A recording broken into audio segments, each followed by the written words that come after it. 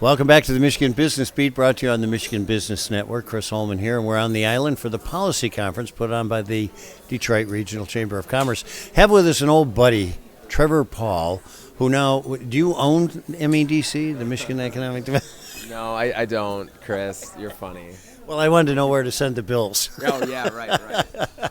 No, but you're group leader. Tell us a little bit about what you're doing, because I'm used to seeing you on the stage in front of 1,000 people. I thought you'd have a game show by now. Me too. I'm a little disappointed.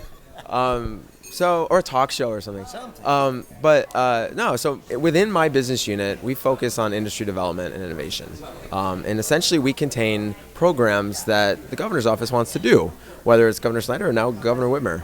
And right now, there are 3 programs that we're super focused on that make up our business unit. The first is Planet M, which is focused on the next generation of mobility and transportation. The second is an old favorite, Pure Michigan Business Connect, which is focused on supply chain matchmaking. And then international trade. So we help companies export all around the world. All right, so let's go through each one of them. Oh, God. Okay. No, you remember them, right? Yeah, of course. Good. All right. Let's start with number 1 and what's happening in that space. Yeah. So Planet M is really a brand awareness campaign to go to places like Silicon Valley, Israel, Austin, Boston, and begin to retell the narrative of Michigan. Obviously, we're a manufacturing leader, and we have been, but we're also a leader in many of the things that are driving driverless vehicles. And when people think mobility, they just think driverless vehicles, but it's really air, land, space, and sea. And Michigan's also a leader in commercial drones, low orbit satellites. So we're retelling that narrative.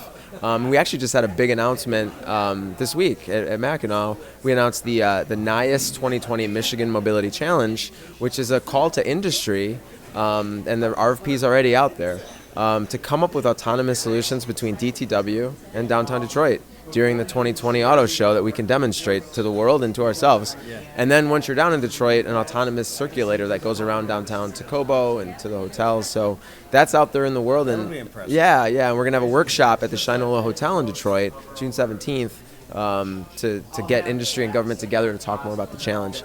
That's been a nice facility. I was just down there for a pitch contest the other night. Cool. It's a cool place. Yeah. So that's Planet M. I know it was a little long-winded. Pure Michigan Business Connect, which we're going to have a huge announcement in about an hour.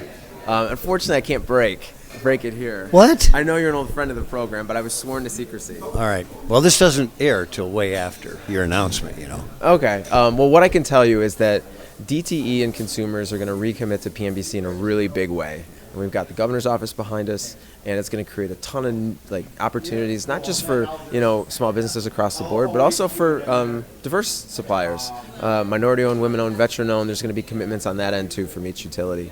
So we're super excited about it, and I better see you out there. Oh no, we'll be during the event. Oh, we've got these cameras will be there. Okay. Where else would they be? Yeah. And then our trade program is, it's a program that gives companies access to 95% of the world.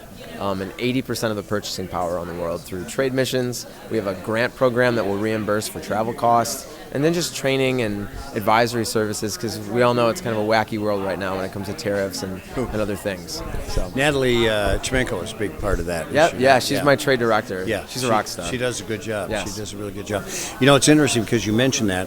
I've been doing business in China for 29 years. Yeah. And for the first time I remember, my friends who are mayors of pretty major cities there called and said, why don't we put the June meeting off till October? Right, yeah. Because they're hearing from someone farther up the chain. Yep. So this relationship is starting to get We've affected. never been busier.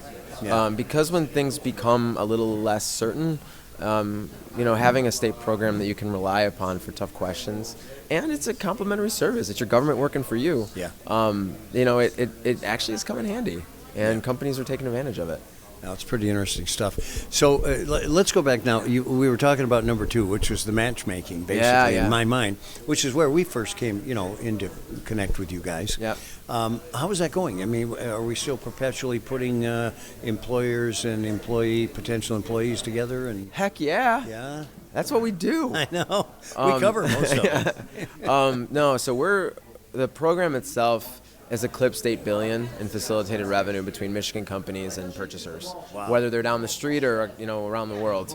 And we do that through our matchmaking summits, but also these one-on-one buyer tours. So we've been doing a lot more of those, bringing buyers in town having them meet with sort of a handful of Michigan companies, treating them like a VIP, and having them come back and come back and come back. And especially with a company like Boeing, now they use the Pure Michigan Business Platform to train their buyers and the research technology team. So whenever there's a new buyer that rotates in, they're like, you got to go to Detroit and visit with these couple of suppliers, and they'll kind of show you the ropes. We already do work with them. You'll probably find some good opportunities. So it's kind of cool. We've created a curriculum for one of the largest aerospace companies in the world. Well, you mentioned Boeing, and I think of Tony Bernacci. Tony started, the Aerospace Association. So there's a lot of that industry out there that we don't know about. People don't realize that an auto company built the Lunar Rover. People don't realize that Ford had an airplane. I mean, the industries have been sort of interconnected for 100 years now.